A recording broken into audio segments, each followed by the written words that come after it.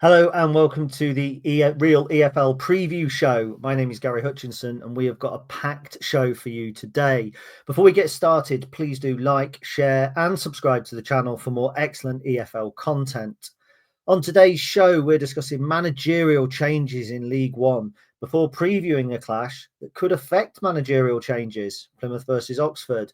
We're then looking at Rotherham and Blackpool in League One and Accrington and Bromley in League Two. Now, with me for this journey through all things EFL is regular pundit and EFL expert, Kyle Keneally. How are you doing, my friend? I'm doing well, thank you. That was a nice little transition in. It was, wasn't it? That was nice, wasn't it? No, I'm good, thank you. I'm still recovering a little bit from Tuesday night, not in terms of that always sounds like drinking, but more so watching Lincoln lose to Rotherham, which I'm sure we'll get onto in a little while when we speak about Rotherham this weekend. Yeah, certainly I'm going to avoid talking about all things Lincoln City at the moment, but we're in a good position to talk about Rotherham. But one of Lincoln's last league wins, in fact, I think it was our last league win, it was against Northampton Town back at the tail end of October, a 2-1 win on a Tuesday night against Jon Brady's side. Jon Brady's side have now no longer become Jon Brady's side because he has resigned today after a 2-0 defeat against Stevenage. And that's the first topic we really want to talk about. Now, this was a late bit of news for us, and it makes a change because last time we recorded, it was an early bit of news that caught us out. We were discussing Tim Walter, and he was sacked before we went live. This was a real surprise to me because I think Jon Brady's done a really good job at Northampton, and he has been dogged by injury issues. It's just players going down left, right, and centre. I mean, just in the last week, he's lost TJ Omer to injury, Nesta Guinness-Walker to injury, Lee Burge to injury. Tom Eaves has been sent off, who he lost to injury in the game against Lincoln. I mean, he's had some rotten luck. Do you think there's something more going on here? Yeah, I think you've kind of got to assume that. To be honest, I know the form's not been great, but we are talking about the fourth longest serving manager in the EFL. There's only Simon Weaver, Ian Evatt, who's still under pressure at Bolton, and Nigel Clough, I believe, who have served their clubs longer. So yeah, it is a bit of a shock. They've dropped into the bottom four at the moment, but I think before the start of the season, a lot of people predicted that Northampton would struggle this season. When you lose players like Mark Leonard, I know obviously he wasn't their player as such to start with, but playing for Bill, he's not even playing for Birmingham at the moment. He's a massive loss, and the injuries that you've just named as well, they're only going to negatively affect the side massively. And when some of the teams they've played recently, you look at sort of the results, and they've not all been bad. They took a point away at Birmingham, which any team would regard as a good result, and it was a 97th minute equaliser there as well. Draws against Blackburn and Cambridge, and then obviously the couple of defeats recently and the loss to Kettering in the FA Cup. But still, you kind of think they're in a decent enough position purely of how tight the bottom of the table is. 3 points behind Peterborough, who are in 15th place at the moment, and I know it's not been a great season for Posh, but they'll probably have ambitions of the playoffs still. And that, ironically, is their next game live on Sky on Monday, which, yeah, they will now be without Jon Brady. Yeah, I mean, I was really surprised because actually I think one or two of their signings on paper looked quite strong. I thought Cameron McGeehan was a really good signing. Tarek Fosu, player that I really like as well. I actually fancied Northampton to be a little bit of a dark horse. Jon Brady did a really good job getting them out of League Two. If I recall correctly, weren't they cheated out of promotion a season early after Scunthorpe played the weakened side and Bristol Rovers scored 7 on the final day of the season. So yeah, I really feel for him. I think he will. I think he'll be hot property next time a League One job comes up, because he's a young manager, he's a young coach. He hasn't been fired, which is really interesting. So on his CV, he doesn't actually have a sacking; he has a resignation, and that always points to me to issues behind the scenes. What was really telling is that hours before he resigned, a newspaper article or a story rather. We don't really have newspapers anymore, came out saying that they were just limping through to the transfer window with all the injuries. And I wonder if there was any connection there, but a manager kind of coming out and saying, look, my squad's not good enough, we're really struggling. And then he resigns a couple of hours later. Yeah, perhaps without trying to go into too many rumours, there might have been talks over what their January business was going to look like, and then from that, he's felt that he isn't the man to take them forward purely because he won't get the players in January, and with the injuries they've got at the moment, at the end of the day, he might be sat there looking, going, well, we're not going to challenge in this league. I don't really see us winning too many games and staying in League One. So, and I'm not being funny, he's a manager at the end of the day. So you want that backing from your owners. And as you say, they've been struggling massively with injuries. So on that page, it certainly makes sense. There's some interesting names that have been linked early. I'm not quite sure. Michael Appleton is one of them, which is ex-Lincoln.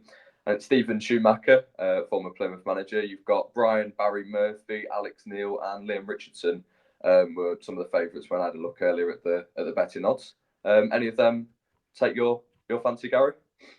Well, funnily enough, as you were saying that, I was just looking at the next manager odds because when I researched, they hadn't come out. I don't see Stephen Schumacher dropping down or Alex Neil dropping down to manage Northampton Town. I think because they're available, they're being linked. Michael Appleton is a manager that could do a job there, but whether that would be a good job or not, I don't know. I'm a big Michael Appleton fan. You know that. I think that he is very much misunderstood and has taken on one or two quite tough jobs. Blackpool in the Championship, tough job. Charlton, just a tough job, as Nathan Adams is proven. You know, Nathan Jones, sorry, is proving he's doing no different to what Michael Appleton was doing however many months ago. So he would be an interesting one. Liam Richardson would be an interesting one. Now, Brian Barry Murphy has been bandied about for every job, I think, from Preston right the way down to Gillingham in League Two. So, yeah, but looking at the odds, there's no clear favourite. They're all at kind of 33%, 25%. So there's really nobody's got any idea at the moment. And I think it'll be interesting to see where that goes over the coming weeks. Now, moving on, another League One manager will be leaving his job. And I think this is more about where he's going than the club that he's leaving. But Ruben Selles is heavily linked with going to Hull City. There's been reports out today that he said goodbye to the Reading players at their training ground, all the bits of their training ground that are still open. And he's heading on to Humberside to take over from Tim Walter. Now, there is a lot of expectation on Humberside. Hull City spent some money over the summer. They sacked Liam Rosignol for finishing one place outside the playoffs. Now, my opinion here is what a brilliant appointment this is, because Ruben Selles, for me, was manager of the year last year. You can talk about John Massinio, you can talk about Paul Ward, teams getting promoted. You can even talk about Evans at Stevenage, putting them right outside the playoffs.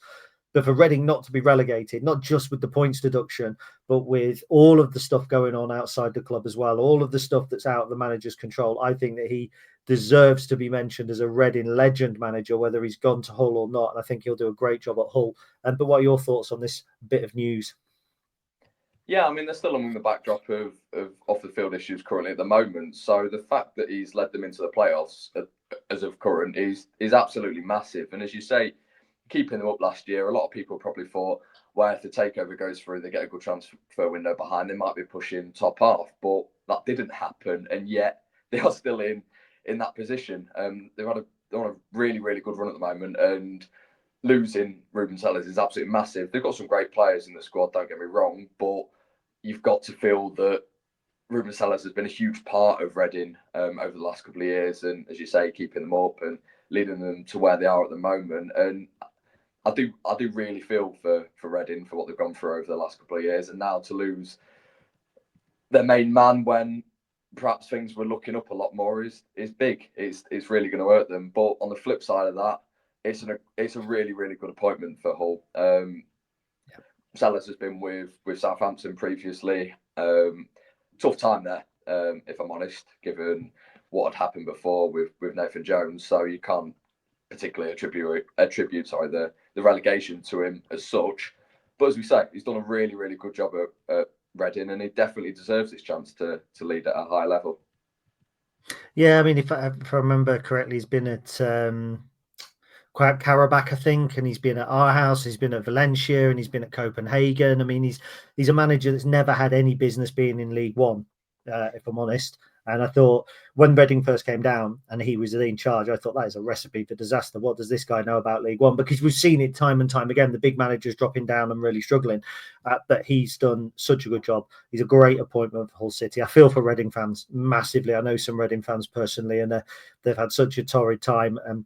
And quite how they move forward, because who do you attract? Who on earth do you attract? We're talking about next Northampton odds, manager odds. Obviously, there's no next Reading odds yet because there isn't a manager there. But they're not going to be fishing in the same waters, because what manager's going to look at Reading and go, I can do a job there? I mean, there was a transfer embargo in October. The club still hasn't been sold. You know, the players that they've got, they've had for the last kind of 18 months, or certainly the key players. I mean, it's going to be a really hard job, isn't it, for them to replace? It's almost going to have to be an internal appointment. Yeah, I think so. As you said, there's no odds to look at as such, but at the end of the day, you're right. You can't. Managers aren't sat there probably looking at this job, and that's nothing against Reading as a whole. And obviously, hopefully, when the takeover finally gets sorted, then it will perhaps become a better proposition again. But as of current, it isn't, and that's a huge concern at the moment for Reading and their fans. So moving on, we're talking about another under pressure manager now. He's a headline writer's dream. Plymouth Argyle are now known as Wayne Rooney's Plymouth Argyle, but quite how long they'll be known as that, we don't know. There's been plenty of reports this week saying that he's only got a couple of weeks to save his job, and that starts this weekend when they host Oxford United. Now, Plymouth are just outside the relegation zone on 17 points from 18 games. Oxford 1 point ahead of them, but 4 places above them. There's actually only 3 points separate Plymouth in 21st from Derby in 15th. Now, these are 2 out-of-form sides. Des Buckingham's side's currently on a run of just 1 win in 13 games. And if we're looking for positives for Plymouth Argyle, and they've had really good form on the South Coast at home, 15 points from their 8 fixtures, suffering just 1 defeat. But they've got the worst defensive record in the division, with 38 goals being shipped from 18 games. I mean, this is an impossible one to call. Both teams would look at this and go, if we're going to stay in a division, this is one we need to win. Oxford will be thinking, well, Rooney's under pressure, we can heap it on. Rooney and Plymouth will be thinking, well, Oxford are on such a bad run, we should be taking this. I mean, it's almost a case of who's going to lose it, not who's going to win it, isn't it? Yeah, there's so much to digest in this game. You've got 2 sides that have high average goals per game, but that's more to do with the fact that they concede lots rather than score. Plymouth have been faced with massive injuries at the moment. You have the likes of Morgan Whittaker, Ibrahim Sissoko, Connor Hazard's been out. So they've had plenty to deal with over the last couple of years. Joe Edwards as well, their captain, also been injured. So to solely attribute it probably to Wayne Rooney's managerial capabilities isn't exactly fair, but at the same point, he's got to deal with this pressure at the moment. You say about the home games, they've got 2 coming up. As we said, they're playing Oxford on Saturday. They've then got Swansea. If he does survive them 2 games, they go to Sheffield United and then they face Borough just before Christmas. So it's kind of, you're looking at where does it end if they win this couple of games, or if they get decent results in the next couple. It takes the pressure off for a couple of games. But then, as you say, as I've just said, then 2 games after that are really difficult. You're looking at 2 of the most informed teams in the division. Talking about goals conceded, as you say, 30. That's 5 more than Luton, who have conceded the second fewest. They've got the worst goal difference in the league with -20, and only 4 sides have scored fewer goals than them. They score on average a goal a game. Partly, as we say, Morgan Whittaker's been injured, but it hasn't exactly been firing as much as he was last season. Now, Oxford are a little bit different to talk about. They made the playoffs on the final day of the season. They came for as massive underdogs in the playoff final, beating Bolton. And they started the season quite well, but then you say that run at the moment, 1 win in 13, which was against Hull, who were obviously massively under pressure. That was one of Tim Walter's final games. They did draw 4 or 5 in October. 3 of them were 1-1, and they only lost to Sunderland. So you're not talking about a team that lose massive amounts of games. They'd lost 3 in November before drawing late against Millwall, but they have got to start picking up 3 points in places, because when you look at the bottom of the Championship, we said about League One, it is so tight at the bottom at the moment. So 3 points can take you from sort of in the relegation zone to looking closer to mid-table at the moment. So it is a really tough game to call. Yeah, and we're looking at injuries as well. I think Joe Bennett, Kyle Edwards, Louis Sibley and Siriki and Dembele all out for Oxford. Ruben Rodriguez, Idris El Mazuni and Mark Harris could return to the starting lineup. I mean, there is an element there of kind of injuries really impacting what they're doing. But then when you look at the the likely lineup, Tyler Gooderham, Cameron Brannigan, kind of stalwarts of their League One side, are still doing a job there. I'm actually quite impressed with Oxford by the fact that they're not in the bottom three, with the resources that they've got and the money that they've spent. They haven't been able to go up and spend big, and Plymouth were able to bring in the likes of Morgan Whittaker, etc., and have done relatively well. And probably, like you said, not all of their issues are Wayne Rooney based, and he kind of dominates the headlines there. But yeah, I just think that this is a 6-pointer. This is a must-win game for either of those sides, and it's silly to say that at this point in the season. But if Oxford were to be able to get the 3 points, they could finish the day as high as 14th.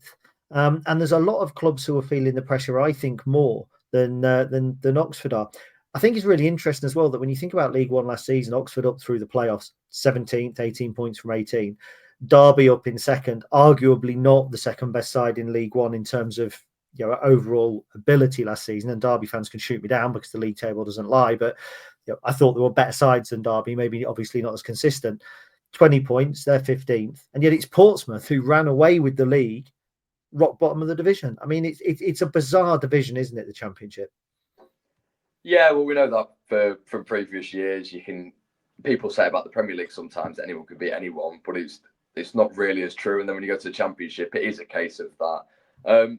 Looking at Portsmouth's issues would take quite a while. I mean, it's not as fair to just go. They have got a couple of games in hand with recent postponements, so it's not potentially a fair reflection. They play Derby next Friday, which will be a huge game in terms of relegation 6 point. As you say, as is this. When we talk about both teams conceding a lot of goals, 2 big defeats for both recently. Oxford lost 3-0 against Sheffield United, lost to Borough 6-2 at home. They're 2 sides, though. As we said, Plymouth have got them coming up in a couple of weeks. They're 2 very, very good teams in form. I think we've covered them both already this season. You look at Plymouth's recent 2 defeats, 4-0 against Bristol City and 6-1 against Norwich, conceding 10 goals in 2 games. You're not going to stay up in the division conceding that amount of goals. So something has to change. As I said, I've pointed out the injuries. You know that they are struggling at the moment. But as you've said as well, Oxford also have had injuries. And it is the time of year. You're in December now. Your congestion comes up. You have the FA Cup starting next month. So for Championship side, sorry. And then obviously you've got the January transfer window as well. So it's a really interesting time for both sides. And it'll be interesting to see whether they keep Wayne Rooney as manager, Plymouth. They spent a fair bit in the summer as well. So they are in a position now where you've got to look at, are you going to give Rooney money to spend in January, or are you going to go with someone else? It's a big few weeks for both. Yeah, so looking into League One now, and I think there's a big few weeks on the cards for quite a few teams in League One. I mean, we're not going to cover Peterborough United and Charlton Athletic, but I think they're 2 teams with managers that are under pressure. 2 teams that somebody's had to come out and defend the team against the fans. Matty Godden saying that fans were entitled to their opinion after Charlton's latest defeat, and Darren Ferguson criticising his own fans. Somebody that's been critical of his own players in recent weeks is Steve Evans, and that's where we're going now, to the game between Rotherham and Blackpool. You could argue it's 2 struggling sides. Blackpool are 12th, but they're only 5 points off the bottom 4, and probably expected to be a little bit higher. They're 7 points off the playoffs. So again, it's tightly packed at the bottom there. Rotherham are 18th. There's only 2 points separating them and the bottom 4. 2 points that, and this is all I'm going to say because I get called bitter, they probably didn't deserve to take from the game on Tuesday night. And had they been beaten, they would still be in the bottom 4. So they're 2 teams where a lot more was expected of them. I mean, Rotherham fans will probably say they haven't spent that much money. They've taken free transfers. A lot of agents will say, well, they probably have spent money on players who, have cost a pretty packet. There's a fair few players that have dropped out of the Championship. And Steve Evans was the kid in the sweet shop in the summer, but it hasn't really worked for him. We're probably not a must win for both teams because Blackpool have had a little bit of a resurgence, but it's certainly a case of 2 heavyweights punching well below where they should be punching, isn't it? Yeah, I think when you look at Steve Evans, I thought, if I'm honest, he would have been sacked following the defeat against Barnsley. I watched that game. The fans were massively on his back. I think they got booed off at the end. And to put it simply, they were really, really poor. I'd go as far as saying they were woeful that day. They really didn't threaten. And Barnsley aren't a good side at home. They get most of their points away from home. So the fact that they looked so comfortable and Rotherham offered so little was really, really telling for me. And even on Tuesday night, I know they picked up the win. But even in that, there was still question marks. A lot of fans are still questioning Steve Evans. It's not a case of a win to ease his job as such. It's probably to give him a couple more weeks, and obviously Lincoln play him again on New Year's Day. Whether he'll be in charge by that point is a completely different question. You really don't know at this point. Blackpool have eased pressure. They had a couple of wins, beat Bristol Rovers, they beat Shrewsbury last night, despite going a goal down to a pretty comical goal, in all honesty. It was a 60-yard free kick, which I'm not quite sure how it's found the back of the net, but beating Gareth Ainsworth the first time that he's obviously been beaten in his first 2 games there. Pretty big. And as you say, they've moved fairly away from the bottom 4, but them 2 wins have taken them sort of that distance away. So this one's really difficult to call. We spoke about Blackpool a couple of weeks. I believe they're quite good at home. Rotherham, their away record, you can spend ages talking about. They've only won away once this season, which was against Cambridge. I think it was a late goal, and I believe that was when Cambridge was still winless. That was their first away win in 41 games, which says absolutely massive amount about Rotherham's form on the road, and is why they perhaps expect to pick up more points at home. So, as much as I want to say this is a really tight game between 2 sides, you would have to go with Blackpool, if I'm honest. Yeah, fair enough. I mean, Blackpool also, I think they're a side that are able to climb the division much easier. It's not like Rotherham are suffering from crippling injuries, whereas you look at Blackpool and you've got Hayden Coulson, Elkan Baggett, CJ Hamilton, Andy Lyons, Jake Beasley, Jordan Rones, all confined to the treatment room. So, it has been a relatively tough time. There's been personal issues, obviously, that we're aware of for Steve Bruce. He had to take some time away as well. I thought Blackpool looked really good when he first came back in. They went on a good run. Obviously, we went there with Lincoln, and they put in a really good performance. Probably deserved all 3 points. We got the late equaliser. So I think this could be a really tough time for Steve Evans. And just going on to that, I mean, obviously, you and I were at the stadium, the AES Seals Stadium, whatever they call it, the New York Stadium, and it was awful atmosphere. It was like watching a game in COVID. I mean, you said they were booed off against Barnsley. It was nice that they had some sort of reaction, because even after they scored, it was almost like a ripple of applause and silent again until they actually got the win. It really feels that they are a club who are being dragged underwater by their manager for me at the moment. Yeah, I never want to come across as bitter, but yeah, there's been a couple of grounds I've been to over the years. It tends to be weeknight games that you get atmospheres that don't particularly sound as great, but there was genuinely no noise. And I've been to Rotherham a couple of times, and that's as bad as it's ever been, I think. And I think the attendance was announced as 9,000, but there was plenty more empty seats than the capacity that the New York Stadium holds. You know what you get from a Steve Evans side, but it feels like he sucked the life out of Rotherham fans, so much so, as you say, they couldn't seem to make any noise, and it's just disheartening to see I live in Sheffield, it's a local club to me, and it's just disheartening to see a club that feel like they're not going in any direction other than down at the moment. I'm not saying they're going to get relegated, but it doesn't seem great at the moment, and the only way I see change is a change in manager. Yeah, well, they've got enough quality to avoid relegation.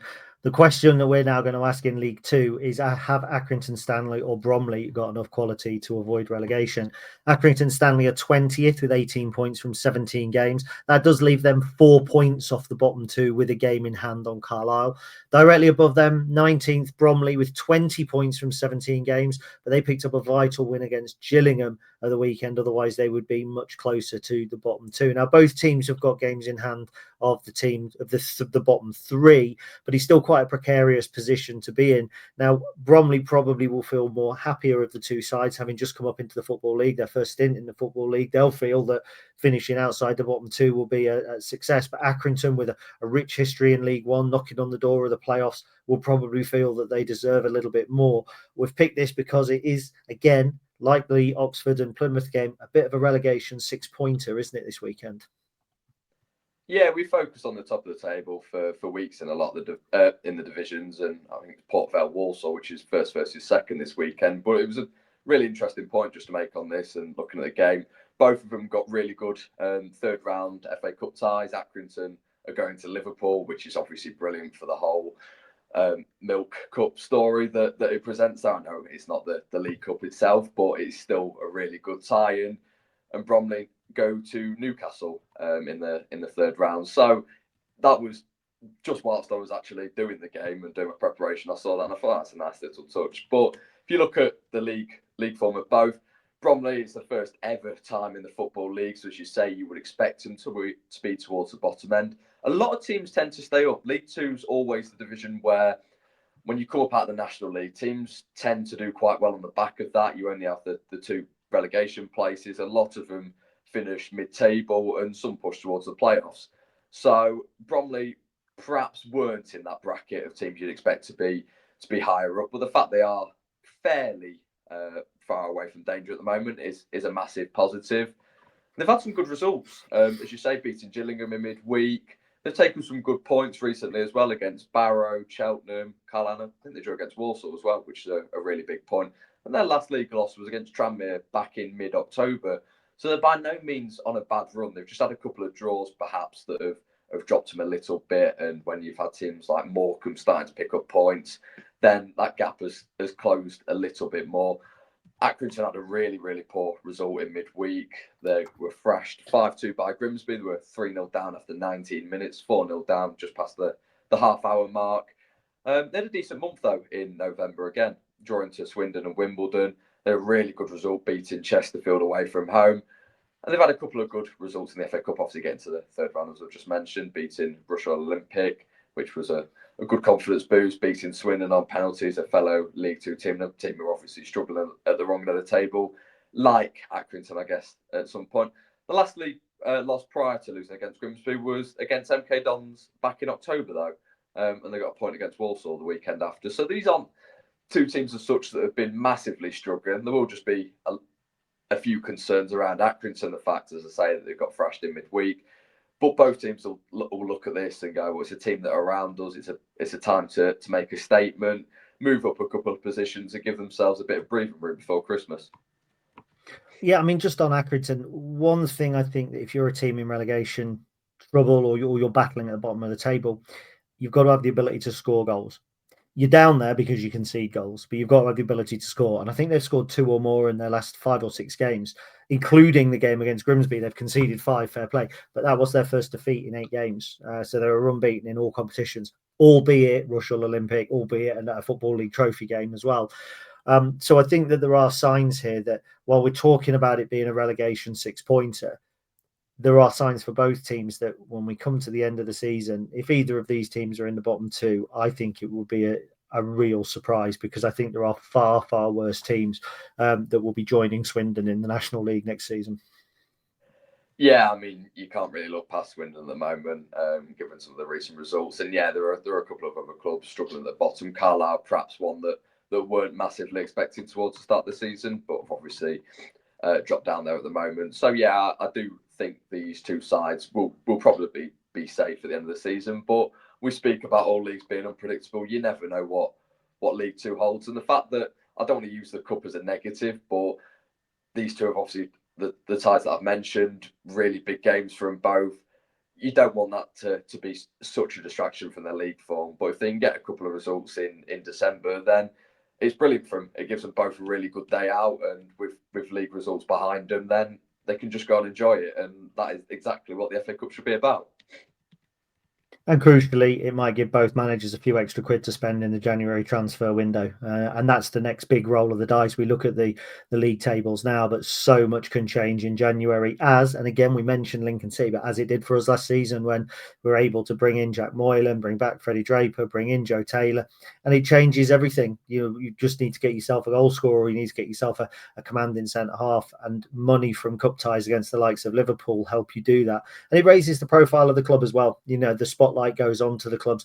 Bromley, in many people's eyes, will just be the team that have recently come up, but with a good cup run behind them, they'll look at the structure there. It will be much more kind of highlighted for potential players, and potentially with them being London based as well, you can pick up loan players. I think much easier. There are certain areas of the country you can do that. The London clubs, southern clubs seem to do very well. The northwest, because there's a high sort of concentration of clubs, much harder when you're on the east of the country. Anywhere down from Newcastle down, you've got to work harder to attract people there because they don't know the area as well. So I think these are two clubs that will benefit massively from the cup run. I think whatever happens on Saturday, it would be a real surprise if either of them were relegated at the end of the season.